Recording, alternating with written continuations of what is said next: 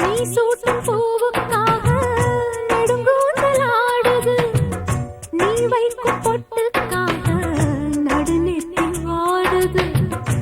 ஆத்தாடி ஒன்னத்தானே உயிர் நாடி தேடுது, காவேரி எங்கே போகும் கடல் வந்து கூடுது.